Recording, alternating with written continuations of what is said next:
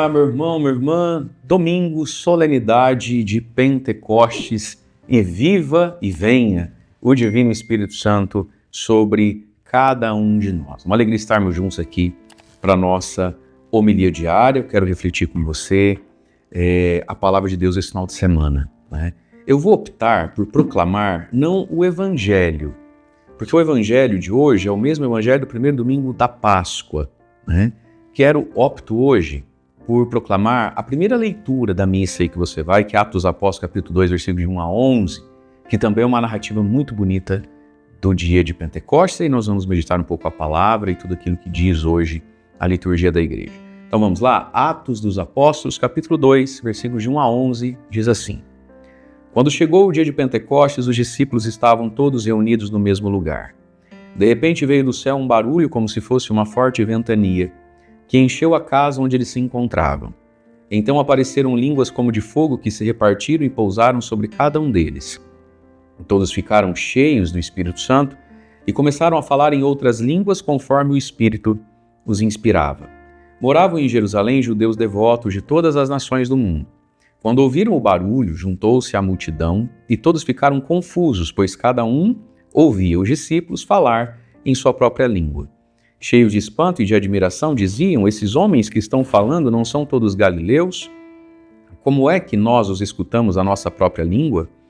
Nós que somos partos, medos e elamitas, habitantes da Mesopotâmia, da Judéia e da Capadócia, do Ponto e da Ásia, da Frígia e da Panfilha, do Egito e da parte da Líbia, próxima de Cirene, também romanos que aqui residem, judeus e prosélitos, cretenses e árabes, todos nós os escutamos anunciarem as maravilhas de Deus na nossa própria língua. Palavra do Senhor, graças a Deus. Muito bem, quando chegou o dia de Pentecostes? Então, nesse final de semana, você vai à missa aí na sua paróquia, porque eu sei que você sabe que assistir um vídeo no YouTube não é ir à missa, não é? Não cumpre com onde 2 ou 3 se reúnem, fazer isso em memória de mim, enfim. Mas quando você for à missa aí, você vai celebrar o Pentecostes, a vinda do Espírito Santo. Então, 50 dias após a Páscoa, nós tivemos e celebramos a Páscoa do Senhor no Tríduo Pascal. Tivemos 50 dias de catequese que a igreja fez para nós todos os dias, com a primeira leitura sempre do Atos dos Apóstolos, o Evangelho sempre um trechinho do Evangelho de São João. E ao longo desse tempo nós fomos vendo como Jesus ressuscitado está no mundo. Ele está no mundo através do Espírito Santo derramado. E a pessoa do Espírito Santo nos é dada, né, no dia de Pentecostes, para a nossa santificação, para a evangelização do mundo, para a edificação da igreja. O pano de fundo da festa de Pentecostes era uma festa que havia na fé judaica, o Pentecostes. 50 dias após a Páscoa, lá de Moisés, que eles passam no Mar Vermelho, no Antigo Testamento, 50 dias após aquilo, Moisés sobe ao Monte Sinai, e ali acontece uma epifania, uma manifestação poderosa de Deus. E Deus concede a lei, a tábua, dos 10 mandamentos ao povo.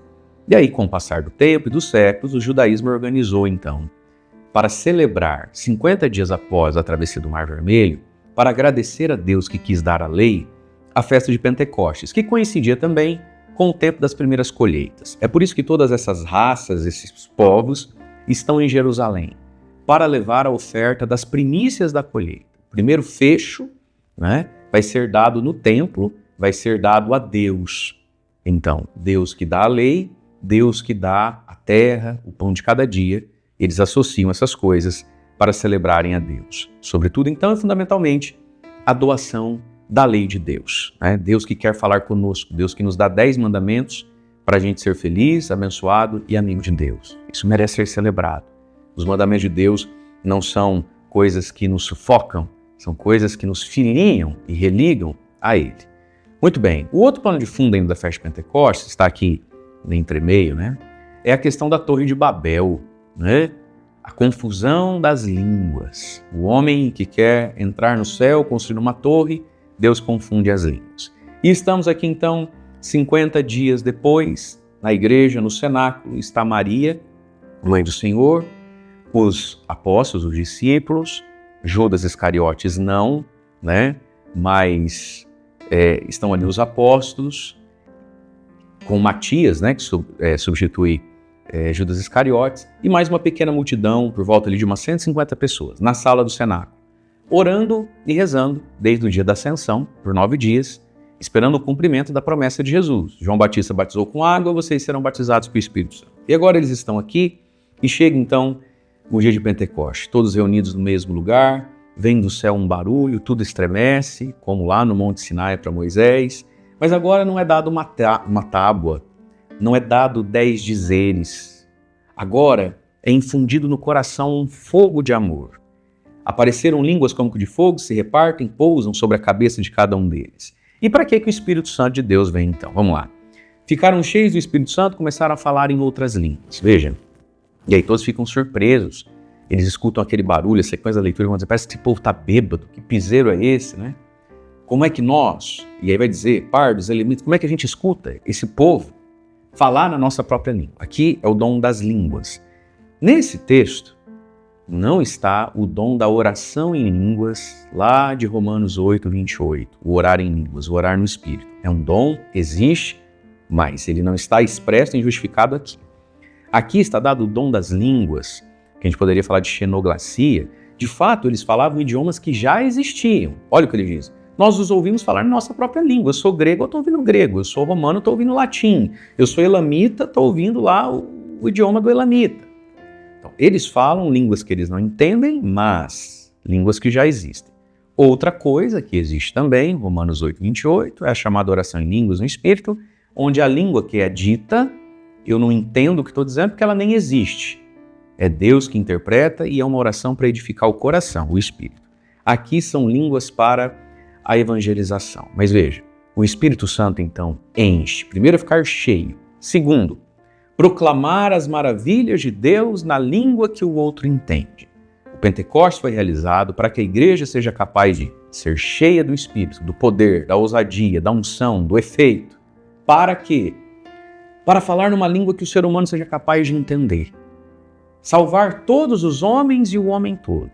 Conseguir evangelizar pobre e rico, direita e esquerda, criança e velhinho.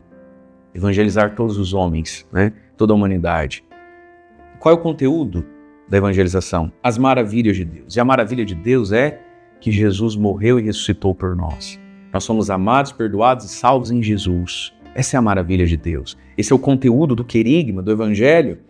Todos nós os escutamos anunciarem as maravilhas de Deus na nossa própria língua. Tem muito evangelizador por aí que anuncia de um tudo, só não anuncia as maravilhas de Deus na língua que o outro entende. O conteúdo do Evangelho, meus queridos, não são as nossas polêmicas internas.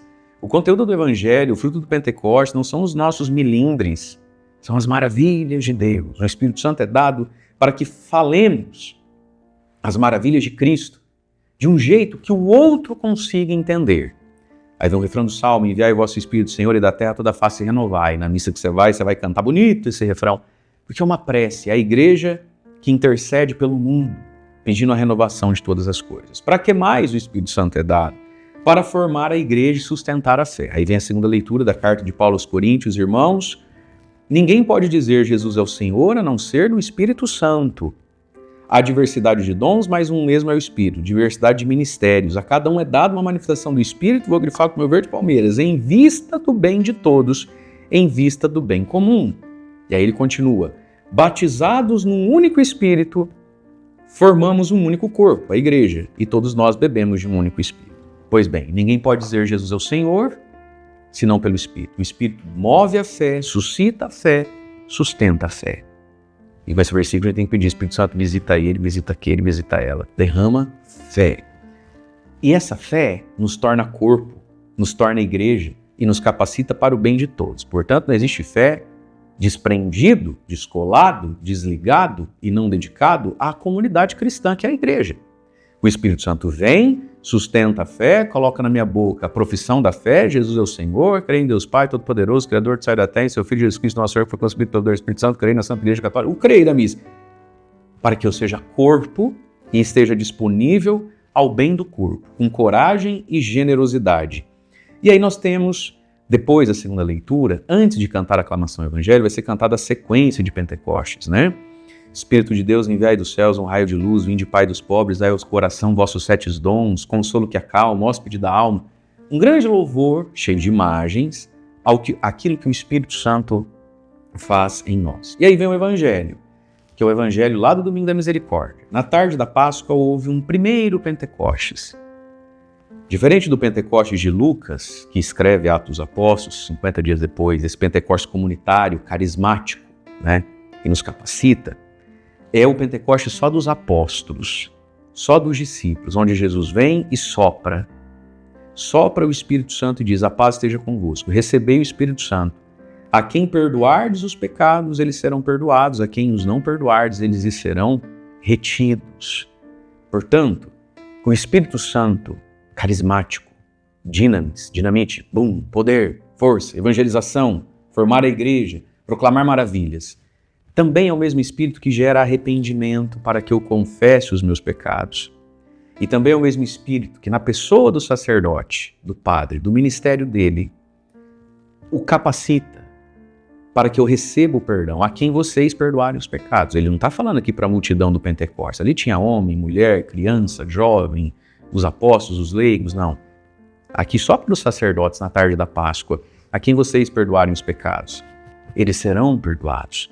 Portanto, queridos, o Espírito Santo vem para gerar arrependimento, contrição e esperança de vida nova, para que possamos formar a igreja, levar a paz de Cristo ao mundo, na diversidade de ministérios, sermos disponíveis a Cristo para que Ele opere no mundo a salvação. E quem recebe o Espírito Santo sente um desejo e recebe uma direção de pertencer à igreja, formar o corpo de Cristo. Uns são a boca, outros são os braços, outros são o coração, o pulmão, né? Mas nós pertencemos à igreja, fazemos parte dessa comunhão. Tudo isso, hoje, nessa imagem de um vento poderoso e de línguas de fogo. O fogo aquece, purifica, ilumina e nos leva para o reino de Deus. Eu gravei 2 canções que talvez te ajude a rezar no dia de hoje. Você coloca assim no YouTube, Padre Mário, Línguas de Fogo. Belíssima essa música. A invocação às línguas de fogo do Espírito Santo. E tem uma outra do Espírito Santo também que fala do entrar no reino. Você coloca assim, Padre Mário, Poder do Alto.